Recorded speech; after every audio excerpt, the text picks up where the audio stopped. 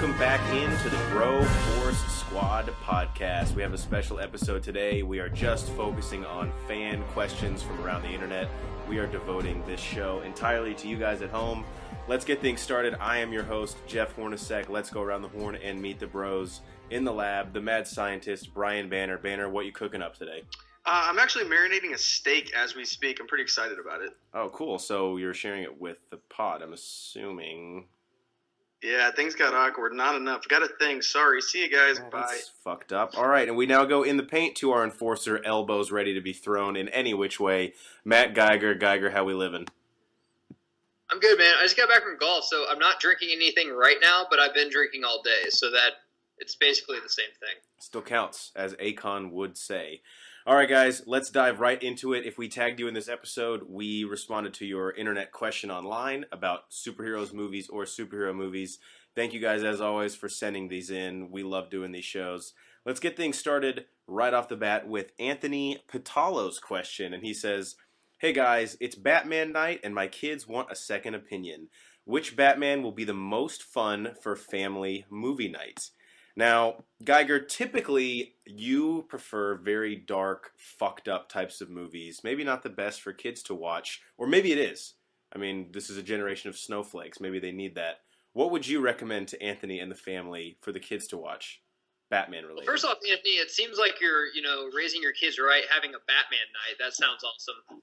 And this is a very great question, but a very hard one as well, because there's so much to choose from. And I think that we should just start at Chapter 1. So DC animated films, honestly, are about 98%. Every film they make is fantastic. So I'm going to go Batman Year 1. And actually, Commissioner Gordon is voiced by Bryan Cranston. So you and your wife can have that conversation of why the fuck didn't he play Lex Luthor in Batman vs. Superman, which would be fun, when he put the kids to bed. But it basically just shows, Batman from day one. It's a very good DC animated film. They never let you down, and I don't know how young your kids are, but animated films can kind of work for both sides, for parents and if your kids are really young. So that's what I'm going to go with. Definitely. Banner, future father of the year, what are you recommending to Anthony? Does that mean you're pregnant? I'm confused. We'll talk about that on the pod. Yeah. Okay. I went either Batman Forever or Batman and Robin because kids are going to like it. They're kind of comic booky. They're silly. So they'll like it, and then you can just get hammered drunk like we did. In fact, you can just put your headphones in and listen to our Batman and Robin commentary as you watch it. So your kids are going to have fun. You're going to laugh your ass off listening to us. I went Batman and Robin.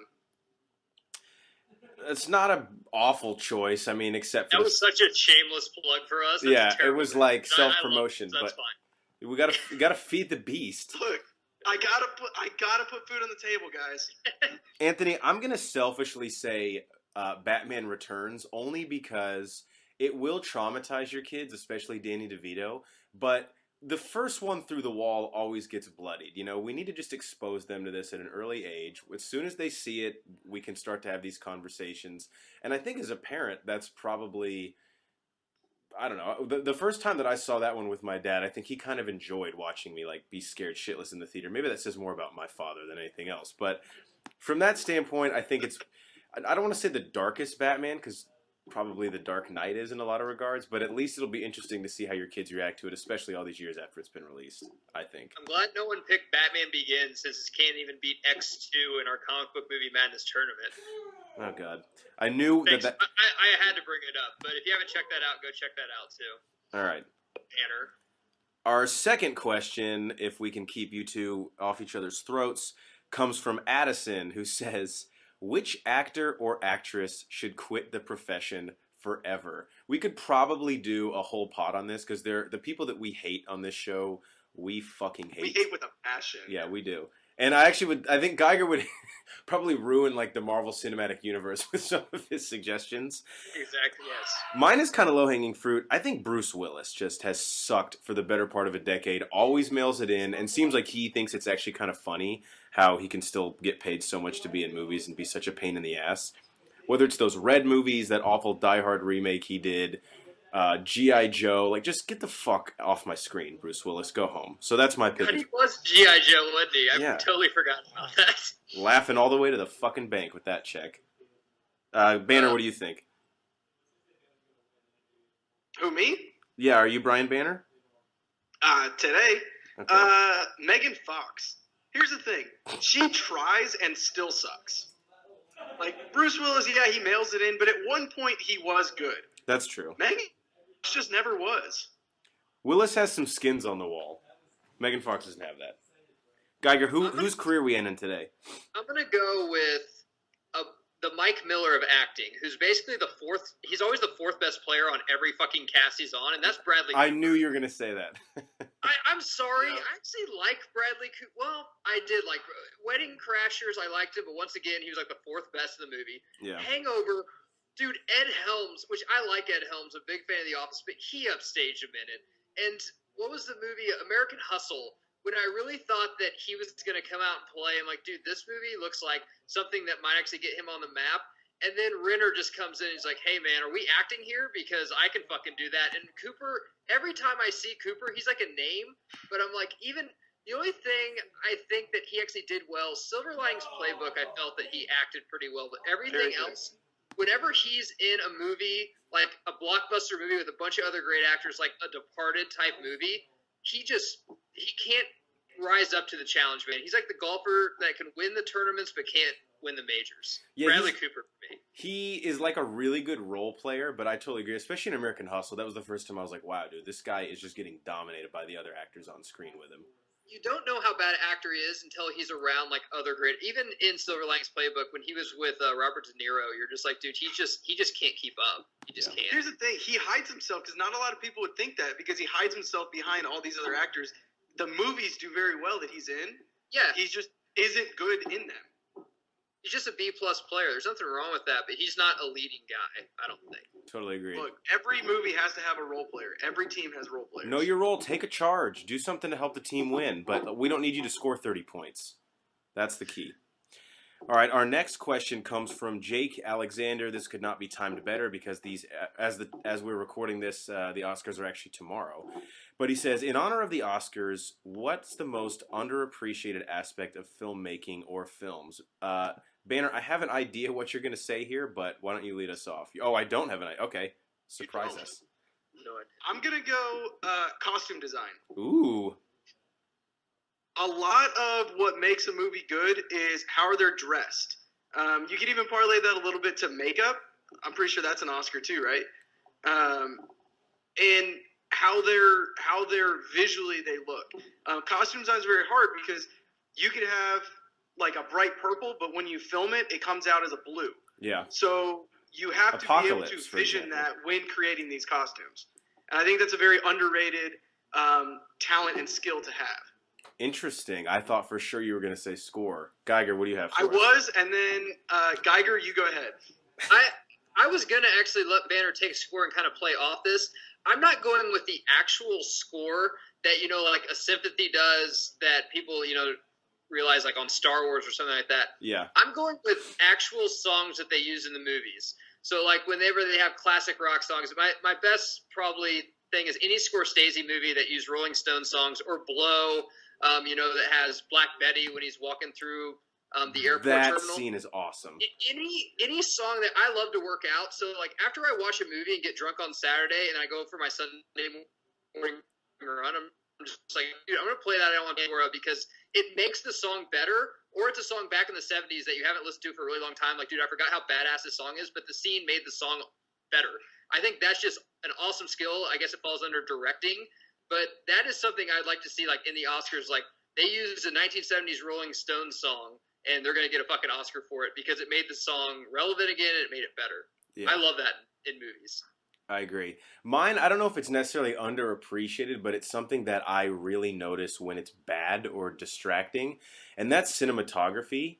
And the thing I think of most with this, we talk about this a lot, but in Batman Begins, obviously the first of Nolan's 3 Batman movies, every fight scene, especially the close quarters ones, I don't know if Wally Pfister was his cinematographer yet on that movie or not, the guy who he ended up working with on Dark Knight and Interstellar, but the camera is so close and so shaky cam and pans back and forth so much that you can't even tell what the fuck is happening in the fight. When something like that happens, it really kind of takes you out of a scene. We see so many, like, for all the flaws that Michael Bay has, that dude is great with the camera. Like the way he can sweep it across an action shot. Now he couldn't get Don't give him any more credit. He couldn't get a performance out of anyone ever to save his life. But he knows what to do with the camera. So I think that stuff is really cool, and especially now that I'm not a huge fan of 3D movies, so if I can go to a movie that's in 2D and still be kind of blown away by the visuals, I think it's an even bigger credit to the filmmaker and the cinematographer this day and age, because there's so many gimmicks now, whether it's IMAX or 3D or like CGI. So that stuff I think is really cool and underappreciated. All right, our second to last question, which we are going to not fight over at all, and that's not sarcasm. TJ Dex asks, possibility, better child to adult actor, Leo or Elijah Wood? I'm actually going to tag Elijah Wood in this because I don't think he has a lot going on and he would probably appreciate some love. I'll just say this. The Elijah Wood as a child actor seems to me like the type of guy who, unlike Macaulay Culkin, who actually at least has an excuse for like, yeah, I got addicted to heroin. That's why I fizzled out. Elijah Wood, I know he was in the Hobbit movies. He was the most forgettable part of all those. He sucks. I think he sucks. No, he wasn't even in the Hobbit movies. He was in the Lord of the Ring movies. Well, he was in the first Hobbit. Which is even worse. He was in the first Hobbit movie. Oh, see, that's how unimpressionable he is. Exactly. The only thing I remember as a kid is him getting beaten with an extension cord in Radio Flyer, which I guess was good acting. I don't know. Tuesday in my Anyone else want to weigh in on this, or can we just put the coffin in the grave with Elijah Wood? I'll say one thing in his defense. I think him asking this question, obviously, he has to be a big Lord of the Rings fan. So I'm going to pretend that Lord of the Rings are as good as Star Wars. So pretending that, then Elijah Wood would be like Mark Hamill. But still, Leo is an actor of our generation, probably the greatest actor of our generation. And saying a kid actor, I don't know when you think he's a kid or not. I guess in Titanic, would you consider him a kid? I'd consider him a kid in Growing Pains, The Quick and the Dead, which is kind of a shitty 80s Western movie, but he was really good in it. But Leo is an actor generation. Honestly, Elijah Wood only hits a couple movies that I actually would watch. One being Green Street Hooligans, I liked, actually. Green Street Hooligans was one, and then what's the one that just got Sin City was the other one that I thought he was very good in. But other than that, I'm not a big Lord of the Rings fan, so I'm very Leo. I mean, come on, really? He's been in so many stuff. I mean, TJ, I appreciate you at least giving Elijah Wood like a chance here, or like giving him somewhat of a shout out. Guy could use some love. That was cute. All right, guys. Our last question comes from Eddie Brock. We love you, Eddie. Thank you so much for being Venom with us. And he says, weirdest thing an actor does in all their movies. Example, Tom Hanks peeing, Johnny Depp in hats. It's kind of funny when he said Tom Hanks peeing, I started to think of that scene in A League of Their Own where he pisses for like 4 minutes. That's one of the funniest scenes ever. Like, he needs to do more comedies. He's fucking hilarious. I can't get enough Tom Hanks in my life. So, Eddie, this is a great question. Geiger, we'll let you go first on this one. An actor who just does something in every one of his roles, and you're like, dude, fucking stop. I wish you would have said performer, because my answer would have been Luke Bryant when he says, come on, after every fucking lyric, every time he sings, then I want to shoot the TV. But since you said actor, I'll go with my boy, and I love this actor, but Mark Wahlberg. Yeah, I do love Mark Wahlberg. And it's not like Vin Diesel, who plays this actual same role, but Wahlberg plays the same person in every goddamn movie he's in. And it's not like Vin Diesel, who's always like, hey, I'm the tough guy that doesn't say much. Like, he's been a fighter. He's been like a fucking, a shooter that shoots the president. He's been like everything, but he always plays the same dude. Yeah. I'm just a dude from Boston. How's your mother? So how do you mother for me, okay? He is always Mark Wahlberg. Like, he can't erase. He's always Marky Mark, which I love him for, but, I mean, sometimes you gotta act, I guess. But. Banner, what do you got? I went Sam Jackson and dying. He dies in, like, 2/3 of the movie he's in. Have you guys noticed that? 2/3 of the movie that's ever made. In every movie, someone dies. Yeah, that's him. It's a point made. Point made. You should have said Sam Jackson for being in every fucking movie. I mean, what's the difference? Yeah, there is none. Because they immediately regret. They're like, yeah, we'll sign you for $5 to do this movie. And they're like, fuck, what did we just do? That's $5 wasted. Well, let's just kill him. If you ever play a drinking game, categories, Sam Jackson movies. See how many drinks you can go around. Like seriously, it. Honestly, took 20 minutes one time at a drinking party I was at. There's a ton of Sam Jackson. That'll float the keg for sure. Mine and Vin Diesel has a couple I can think of that we probably could, if we could maybe do this again on a different pod. Come back to this question, we could probably fucking bash 3 more actors. I have to go with Will Smith, who always says the goddamn title of the movie that he's in. He does it in Bad Boys, he does it in Independence Day, and in Suicide. What are we? Some kind of Suicide Squad? I think we always make. He does it in Fresh Prince of Bel-Air too. Yeah, dude. We always make the joke that like when he's in a sequel, he's gonna actually say like the number of the movie. Like, what are we? Some kind of Suicide Squad Part 2? You're like, okay, that now you're just verbatim saying what's on the Blu-ray cover. That really annoys me. He says it in Wild Wild West too. Oh my god, I forgot. And I'm pretty sure he says it in Men in Black. Now that you've mentioned that, also. And he saves the world in every movie he's in too. That's annoying. Good for him. What an American hero. Except for I Am Legend. Oh, yeah. Well, because the world already ended. Well, the funny thing about that, he survived the apocalypse for like 7 years, meets a woman, the next day he dies. Interesting coincidence. Coincidence? Think not. I think not. All right, guys, we are the Bro Force Squad. Thank you so much for the questions. We will do this again soon. For Brian Banner, the Mad Scientist, and our enforcer in the paint, Matt Geiger, I'm Jeff Hornacek. Don't forget to check us out on broforcesquad.com. Subscribe to us on YouTube and iTunes, Bro Force Squad, 3 words. Follow us on Twitter at Bro4Squad. And on our website, be sure to check out our Comic Movie Madness tournament that we're doing right now, the 64 best, most infamous comic book movies ever made. We need your guys' help finalizing which is the greatest of all time. We are the Bro4 Squad. Thanks again, and we will catch you guys next time.